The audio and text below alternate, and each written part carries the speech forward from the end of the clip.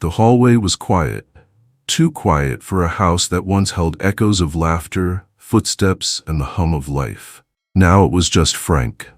Alone again, like most mornings. He reached for his slippers, his fingers trembling slightly. The cold from the kitchen tile crept up his legs as he shuffled toward the counter, where a half-eaten apple and an untouched glass of water sat from the night before. He sighed. Another night of broken sleep. Another morning where the ache in his legs reminded him how far he'd come, and how far he still had to go, even just to get across the room. But something deeper weighed on him today. Not just his joints, not just the stiffness in his back. It was the question that wouldn't leave him alone. Do they remember who I really was?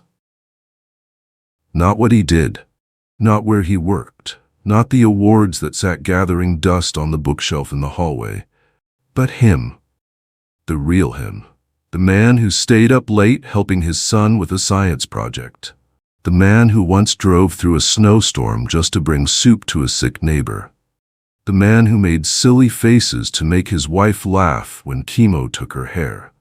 Frank sat down slowly, the chair creaking beneath him, and stared out the window at the yard. The same yard where his kids used to run, where the swing set used to squeak. Now just grass and silence. Out there somewhere, people were moving on. The world was spinning, technology rising, elections roaring. But here in this kitchen, it was just Frank, in the quiet. And that's when a memory surfaced, something he saw online a few nights ago, a strange dinner. 3 people. Elon Musk, Donald Trump, and a boy with a name like a code X. It had popped up on his tablet while he was half asleep. He almost skipped it, but something about it held him. It wasn't about politics or fame, it was about a question. One small boy looked into the eyes of a man who had ruled headlines for years and asked softly, "Are you afraid of being forgotten?" Frank blinked when he heard that part. He had paused the video, sat back, let the words settle. That question wasn't just for Trump. It was for all of us. Because at some point in life, especially when your hands tremble and your friends are mostly names on gravestones, you start wondering the same thing. Will they remember your name, or will they remember your heart? Frank pressed his palm against his chest. His heartbeat was slow, but steady. Still here, still beating.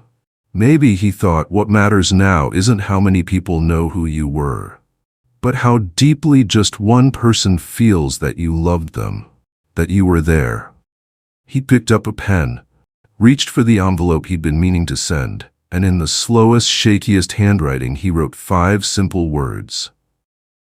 Just wanted to say thank you. Then he smiled, for the first time in weeks, because sometimes change doesn't begin with a movement. It begins with a moment, and a question brave enough to be asked. Frank didn't expect much when he hit play again. He thought it would turn political, maybe even loud, but it didn't. Instead, what he saw was stillness. Donald Trump, always known for his comebacks, his boldness, his never-back-down energy, just sat there, quiet. The boy's question had landed like a stone in still water. Are you afraid of being forgotten? And for a few seconds, real full seconds, Trump didn't say a word. Frank leaned closer to the screen. He knew that kind of pause. He'd felt it before, sitting at his wife's bedside during her last breath. That kind of silence didn't come from weakness. It came from weight, because sometimes the strongest men carry the heaviest regrets. Trump eventually spoke. He laughed at first, of course, the way a man does when he's not sure what else to do. He said his name was on buildings, on hotels, all over the world. But the boy didn't blink, and Frank could see it, clear as day. That laugh wasn't real, not deep down, because the boy had asked something no camera, no debate stage, no reporter ever did. He hadn't asked about money, or power, or even fame. He asked about meaning. Frank sat back in his chair. He remembered something his wife used to say. You don't really know someone until you ask them what they're afraid of.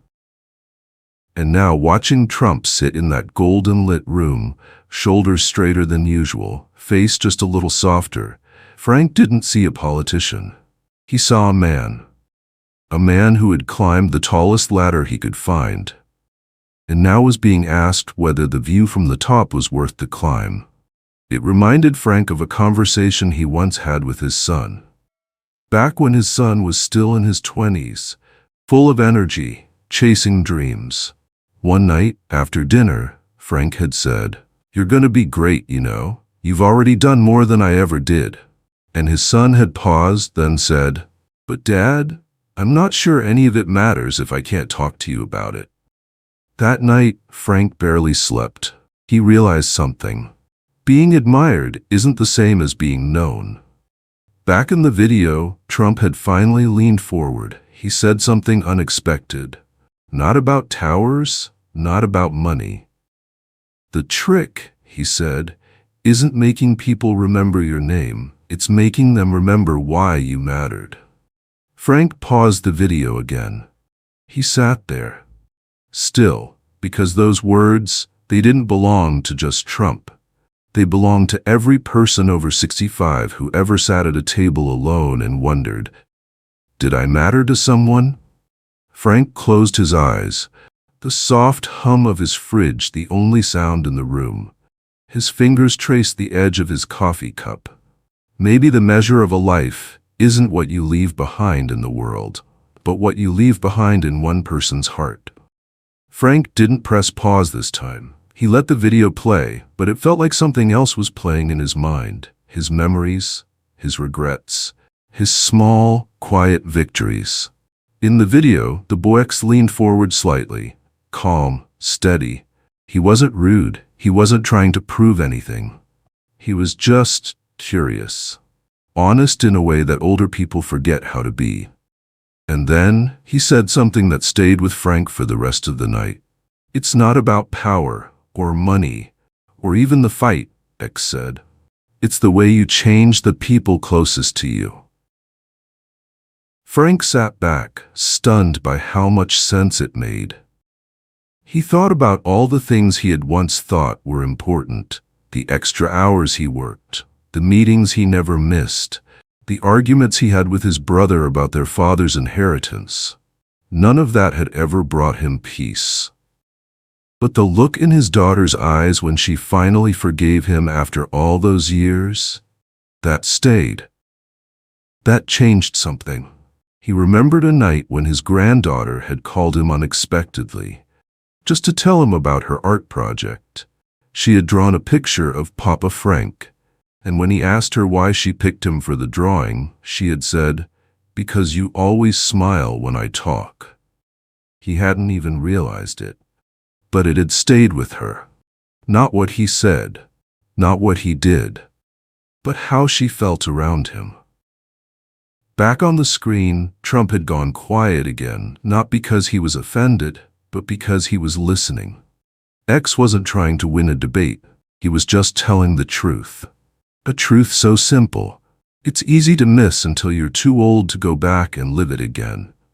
Frank thought of his neighbor, Earl. Earl had built 3 businesses, owned 5 properties, had his name printed in the local newspaper a dozen times. But when Earl passed away last year, his funeral was small. No grand speeches, no mention of his businesses. What people talked about was the way he used to knock on doors every Christmas with homemade pies, the way he waved to every child walking to school, the way he always asked, "How's your mom?" and meant it. That's what stayed. That's what people remembered. Frank felt a warmth in his chest and a slight ache, because maybe all these years he had been too focused on the wrong things, too busy worrying about who respected him, and not enough about how he made people feel. He looked toward his bookshelf where an old frame sat, a photo of his wife, blurry but beautiful. She used to say, "People don't remember how smart you were. They remember if you made them feel safe." Frank smiled, a small, quiet smile, the kind that comes not from certainty, but from clarity. The kitchen clock ticked, steady and slow. Frank stared at it, but he wasn't looking at time. He was thinking about something deeper. Becoming small. That's what Trump had said. He hadn't shouted it. He hadn't tried to dress it up. He had just said it, softly, like someone finally admitting something they'd carried for too long. Frank blinked. That phrase, it hit harder than all the headlines, louder than all the debates, because that's what aging can feel like, can't it? You don't disappear. You just shrink. One by one, your roles fall away. You're no longer boss, no longer husband, no longer the go-to person in a crisis. You become a voice people nod to politely, a presence people pass by in hallways, a name that gets mentioned with a slight pause. Is he still around? Frank remembered a moment, quiet but unforgettable. A family gathering, maybe 2 Christmases ago. He was in the room, sitting right there. But the conversations floated over him as if he were part of the furniture. He smiled, he nodded, but no one asked what he thought. No one said, "What about you, Dad?" He had never said anything, never caused a scene. But that night, as he got into bed, he whispered something into the dark. "I feel like I'm disappearing." That's what Trump meant. That's what so many people feel, but never say. Not just presidents, not just powerful men. Everyone. And it's not about being famous. It's not about glory. It's about knowing that you still matter. That who you are hasn't been swallowed up by who you were. Frank reached for a photo album, the kind with plastic covers and handwritten notes beneath each picture. His fingers found a page with his youngest son. First steps, backyard, sun in his eyes. He hadn't looked at this page in years, and as he stared at it, something ached in his chest. Not sadness, not even nostalgia, just a quiet question. Did I matter to him the way he mattered to me? On the screen, Trump was leaning back now, eyes toward the ocean outside Mar-a-Lago. He didn't say anything for a while, and Frank understood that silence. Because when someone finally names your fear out loud, not with drama, not with panic, just with truth, there's nothing left to say. Frank stood up slowly, his knees creaking beneath him. He shuffled toward the back door, pushed it open, and stepped outside. The air was cool, the sun just beginning to set. He breathed in deep, looked up at the sky, and whispered what Trump never could. "Yes, I'm afraid to." But saying it, just saying it, made him feel a little less small. The next line from the video was barely above a whisper, but Frank heard it like a bell in an empty church. You don't get to choose how history writes you. It was the boy again, X, calm, steady, unshaken, and he wasn't trying to accuse anyone, he was just stating something that felt painfully true. Frank turned toward the hallway. His shadow stretched across the floor, long and quiet. He remembered when his kids were young and everything he said seemed to matter. When Dad said so was enough. But over time that changed. They grew up. They formed their own views. Sometimes they disagreed with how he handled things. Sometimes they remembered the moments he'd forgotten, like the night he missed his daughter's choir solo because of a last-minute meeting. He thought she'd forget it by morning. She didn't. Even now, 40 years later, it came up in passing like a soft bruise that never quite healed. Frank sighed. He hadn't been cruel. He hadn't been absent, not really. But here's the truth, and it's not easy to swallow. People remember the things you never intended to leave behind. On screen, Musk finally spoke. Do you think they'll remember the right things? He wasn't asking Trump, he was asking himself. Frank felt that in his bones. Because that's the question that keeps you up some nights. Not, will they remember me? But what will they remember? Will it be the temper you lost when you were tired? The words you never said when they were needed most? Or will it be the time you sat by their hospital bed without saying a word, just being there? He thought of his friend Paul, a war veteran, proud and private. Paul once told him, "I don't mind dying, I just don't want to be remembered for the worst parts of me." Frank had nodded, but now he understood it more deeply than ever. We spend our lives building things, careers, reputations, a version of ourselves we hope will be remembered. But once we're gone, that story isn't in our hands anymore. It's told by those who remain, and what they remember isn't the speeches, it's the silences, it's the small gestures, it's the way you made them feel when no one else was looking.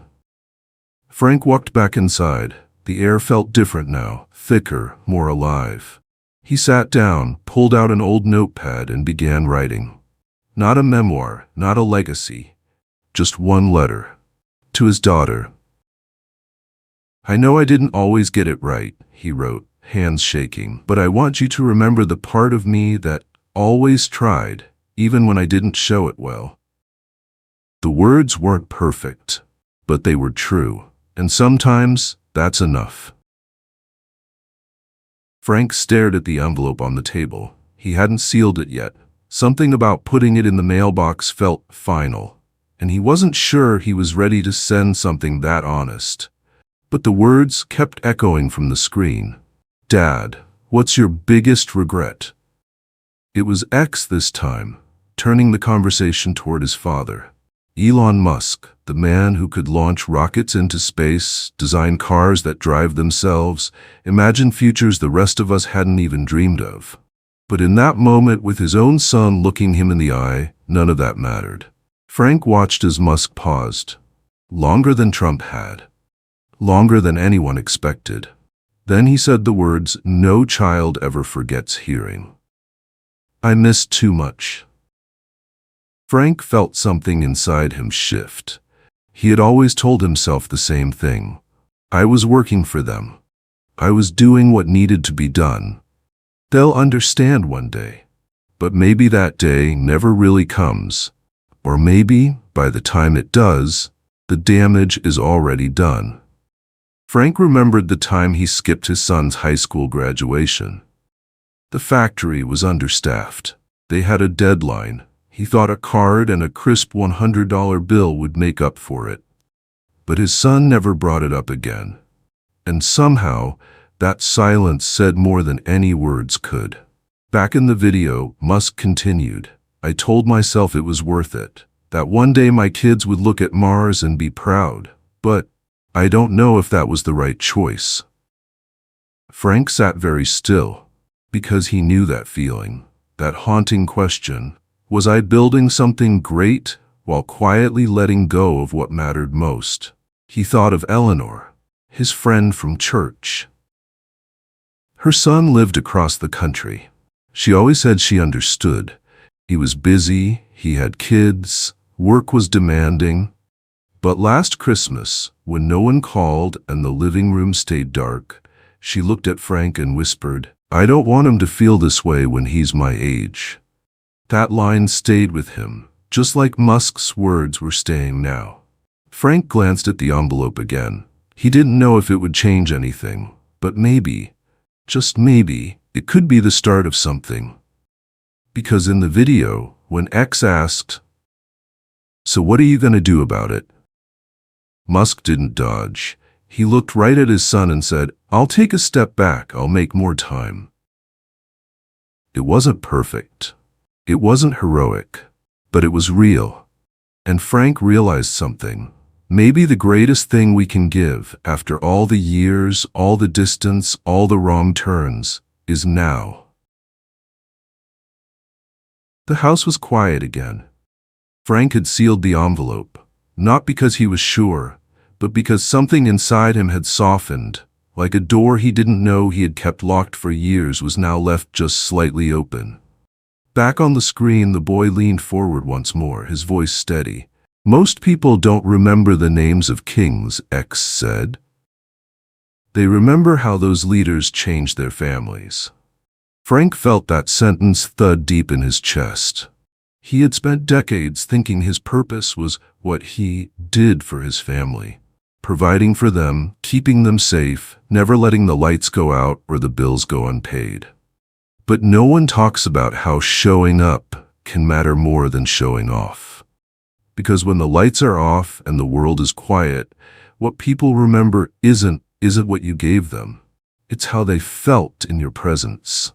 Safe, heard, loved. And if you've ever lived long enough to realize you weren't always that version of yourself, it stings. Frank remembered something Linda once shared at their community center. Linda, 70, had been a nurse her whole life. Respected, responsible, always put others first. But one afternoon, as they folded blankets for a donation drive, she said softly, "My daughter told me last month, 'I don't remember you reading to me, Mom. You were always so tired.'" Linda didn't cry, but her hand stopped moving, and Frank had never forgotten the look in her eyes. "I did the best I could," she added, "but maybe I wasn't there in the way she needed." That moment came flooding back now, because as X continued speaking, he added something that made both Musk and Trump fall silent. If people remember the fight, but not why you fought, if they remember the anger, but not the love underneath it, then maybe the story isn't complete. Frank leaned forward in his chair, his eyes fixed on the screen. He thought of the arguments, the stubbornness, the times he held back affection, thinking it made him strong. And now? Now he just hoped that when his daughter remembered him, it wasn't just the lectures. It was the night he made soup when she had the flu, the way he kissed her forehead when she was asleep, the way he said, "I love you," without always saying the words, because that's what lasts. Not the speeches, not the trophies, not even the perfectly folded napkins at every holiday dinner.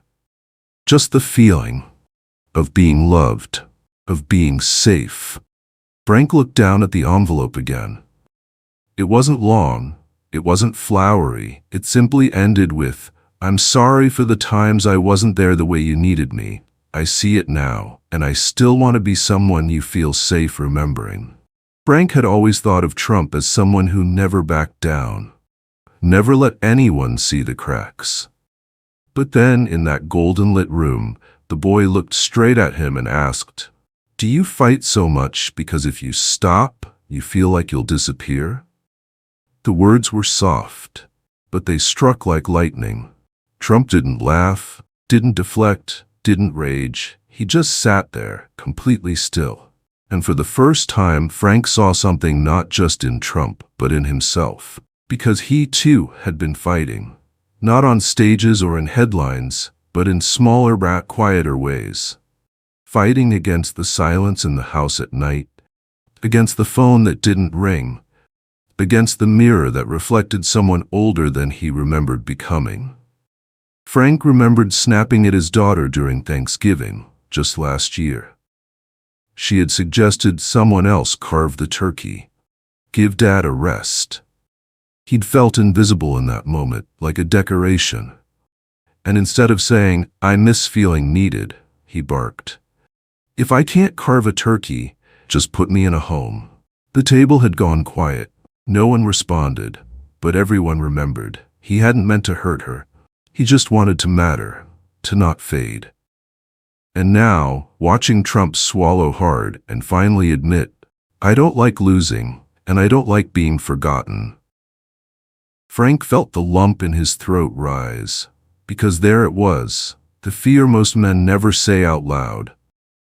What if I'm still here, but no one sees me anymore? But then something else happened.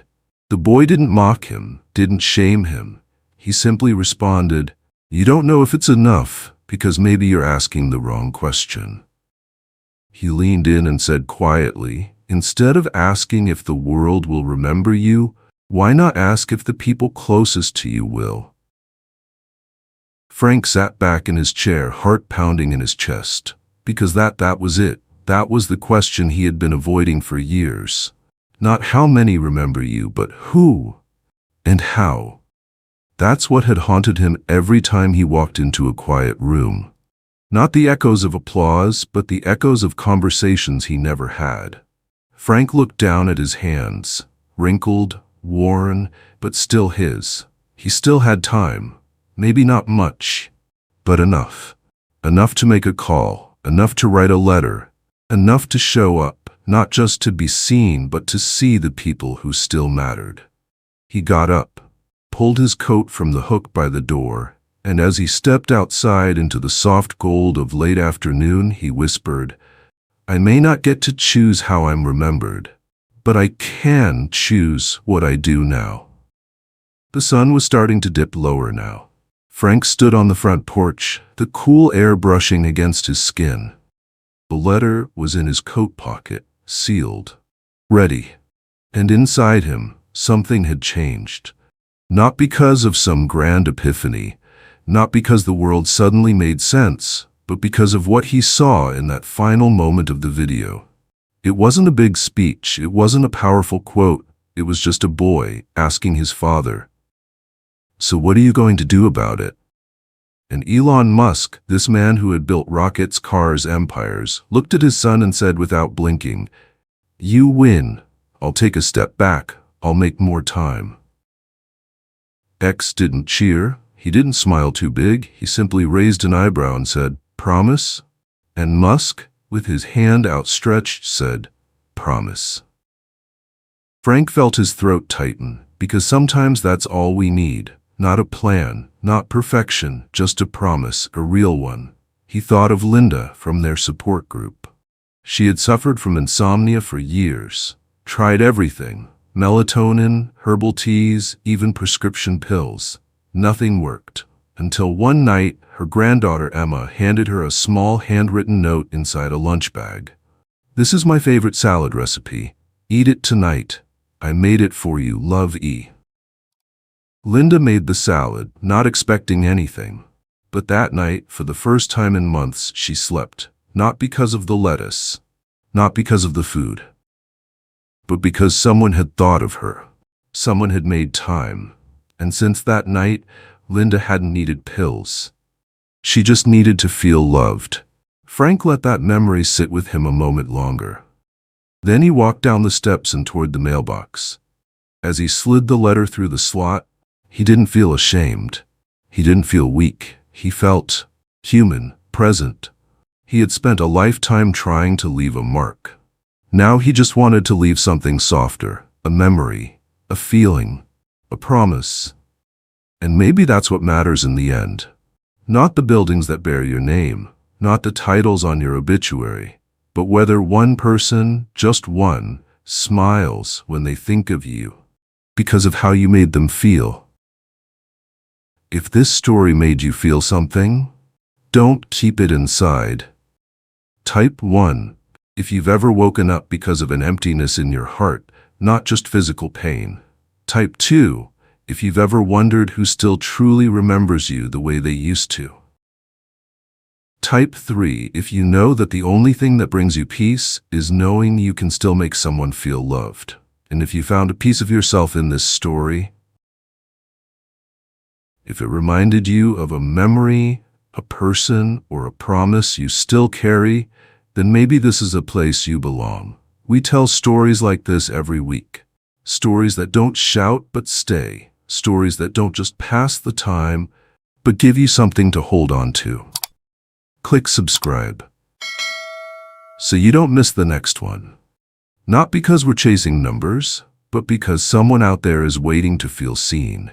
And maybe that someone is you.